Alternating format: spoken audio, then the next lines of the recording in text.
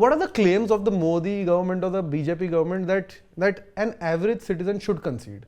क्या वो 2-3 चीजें जो अच्छी करता है बीजेपी और मोदी सरकार जो सबको मान लेनी चाहिए? I think the use of technology to ensure better delivery of services. ठीक है, 1 second. Right? One. Number 2, infrastructure. ठीक है. I think he's speeded up infrastructure much faster than previous governments have. He's used one-way communication, man ki baat, ye wo, but he keeps people constantly energized, throwing some new idea, kuch to kuch. And he knows what's happening on the ground. Yeah. So I think, look, when you've been in politics for 50 years, I think one of the abilities you have is narrative setting. ठीक है. आप जानते हो narrative कैसे set करना है. Vaccine, not every veteran politician knows how to do it. Yeah, of course, but think about it. COVID 2 was quickly forgotten because vaccine आ गया. ठीक है. Demonetization was quickly forgotten because suddenly we were supposed to be this great digital economy. So you forgot all the pain points that people had gone through. So the ability to quickly shift narrative, to be nimble in that sense. Will we ever understand why it happened? What? Demonetization. अभी तो मुझे यही कहा जाता है, it speeded up the onset of the digital economy. It did, of course it did. Yeah, but that was not the original goal. The original goal was to finish up black money. He was playing with you. He knew it. He didn't tell it to you. The amount of monies that are floating around that politicians tell me off camera, in private, कि कितना पैसा वो चुनाव पे लगाते हैं. How dirty is Indian politics right now? Heinous crimes हो जाते हैं? नहीं, money. Heinous crimes होते हैं? चाकू घोप दिया? नहीं, वो मुझे लगता है कम. there was this tragic sort of assassination of Baba Siddiqui the other day. क्या हुआ राजदीप? Nobody knows. बॉम्बे के बीच. It's not clear. ये लॉरेंस बिश्नोई क्या है? ये है क्या ये समदीश क्या है? उसी तरह से लॉरेंस बिश्नोई unusual characters. तुम यार एक सेकंड. यार देखो, आप 9 बजे वाले हो. नहीं बाबा, आप 9 बजे वाले हो. आप बताओगे ना दुनिया को Lawrence Bishnoi. Lawrence Bishnoi is a classic example of how even the underworld has been changed. You see, I was told कि दाऊद के गैंग में और ये अलग गैंग में थोड़ी लॉयल्टी हुआ करती थी. There was Dawood gang and you knew, as I said, छोटा शकील असिस्टेंट है ये वो. लॉरेंस बिश्नोई के गैंग में कौन कहाँ है? Nobody. It's a gang of freelancers. Here is someone sitting in Sabarmati jail, and in his name, different guys are doing different things across the world and transnational. Not even in India. वो कोई Canada में कर रहा है कोई. He's a transnational don sitting in Sabarmati jail with a gang of freelancers who apparently paid small amounts of money to do specific hits. They don't know who they are. They only know the immediate boss who's given them the contract. They don't know who they're ultimately working for. They don't know who they're ultimately working for. So it's a very loose model. Is there something that journalists could learn from this model of business? No, I think there's something all of us could learn. Yeah, that, which is we what? keep ourselves sort of complete deniability. मुझे तो जानता ही नहीं ये कौन है. The failures at one level of our systems, that such gangsters are used to settle scores. But that, when you mention how dirty it is, I maintain the real dirt that comes out is the complete moral deprivation. आप मेरे सोचो, मेरे home state में महाराष्ट्र में 1 in every 3 MLAs on an average has been in more than one party over the last 10 years. Maharashtra की politics तो कुछ अजीब ही है. एक दिन आप किसी को you say he's the epitome of corruption, next day he's become your ally. You say you're going to put him in jail, next day he's your ally. And it happens around, it's happening across the board and across the country. When the thing happened with Karan and Modi, it was IBN only, no? IBN पे तो थे. अच्छा ऐसा था, एक glass पानी था. दोस्ती बनी रहे. Did you guys laugh your asses off? Samdish, दोस्ती बनी रहे. Thank you. No, but Rajdeep, जब वो हुआ, did you laugh your asses off? No, I didn't. So then what happened? How did you guys react to it? No, I actually, when Karan rang me up, and I've said this before, I rang up Mr. Modi. And, oh, you did? And I said, sir, we just come back. We won't run whatever has been done. When we'll start anew. We'll start the show on no one will know whether you walked out or not.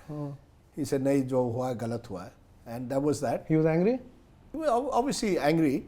And next day we ran it as, the headline became, Mr. Modi walks out of a show, when it could well have become just a proper interview done. Had he come back. And I think that's the one occasion where if I was him, I would have done that. आपने कभी सोचा कि चलाते ही नहीं यार? कभी ऐसा नहीं सोचा? वो जर्नलिस्ट का कीड़ा ये होता है यार, this is, I knew this was going to make the headlines. It did. It's a huge fucking event even till now. And Karan was also ready to do it again. Okay. I had told Karan, yaar, soft question पहले पूछ लो. Whatever a hard question. Karan also started with like fire. तो bulldozer है यार, वो अपने तरीके का, he doesn't. Sorry, that's his. He's trademark. one of a kind. Yeah. He's one of his kind. He saw it as an opportunity. But he was ready to do it again. Very few people know it. It wasn't as if we were, that we were saying that we would only air that, or there was no conspiracy or anything. And it's unfortunate. I keep saying this, Samdish, and I know there are those who say, as you said, you're obsessed with Modi. I'm not. But you are completely in love with him. Mr. Modi was one of the first persons to ring me up when my father died. So maybe he also felt. In what year was this? 2007. So अभी तो कोई बात नहीं होती ना? नहीं अभी कोई बात नहीं होती. हिंदू साइड से या राइट विंग साइड से एक गुहार उठती है कि उनको भी कभी फ्रेंचाइज नहीं मिली, उनको भी एक डिसइल्यूजनमेंट थी कांग्रेस के अंदर, तो क्या उसमें आपको कोई लेजिटिमेसी दिखती है कि नहीं? फ्रेंचाइज मिली? मतलब they were never given a voice. Is one of the points that they put that the across. Hindu right was never given a point. It was never given, and that's why there's so much anger and there's so much that they want to do. Yeah, but that's true of an India of an earlier era. But I've seen post 90 the gradual expansion of that space. I mean, remember, Atal Bihari Vajpayee was India's prime minister between 98 and 2004. Yeah. The Hindu right has been growing since for a substantial period of time. This thing that the voice of the right has been silenced and all is not true at all. Institutions. There was, of course, a dominance of the left. The way our history has been written. There was a dominance of the left. Yeah. It's now we are moving to the dominance of the right. But again, it comes down to it. I don't think either is useful. I believe that this country must have space for a dialogue between left and right. Correct. Either is useful. In an ideal world, we should have a dialogue between left and right. A dialogue. I completely agree, Rajdeep. और मैं वही चाह रहा हूँ, क्योंकि यहाँ भी एक लेफ्ट के सेल्फ राइटियस एक वो है ना, एक तबका कि ये लोग पता नहीं कहाँ से आ गए. जी बिल्कुल. अरे भाई वो भी तो भारतीय नहीं है. बिल्कुल. No. There should be no space for any form of political untouchability. Sure. Or in any social. Unless you're a murderer. Unless you're an outright criminal. But I'm saying in general, your ideological beliefs should not make you a political untouchable to the point where there can be no dialogue. Which I think is the sad thing. Which is what has happened, because we become hyper-polarized. लंबा word मैंने use किया. Hyper-polarized.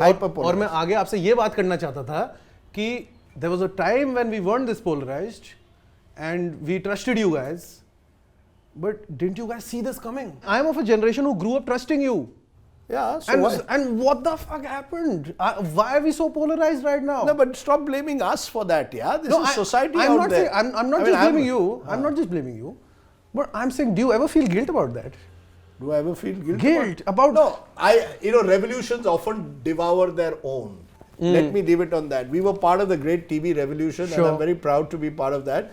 But maybe it devoured us at one level. It prevented us from seeing some of the darker aspects of what was happening around us. But don't blame us. But don't blame us for what politicians do. Don't blame us for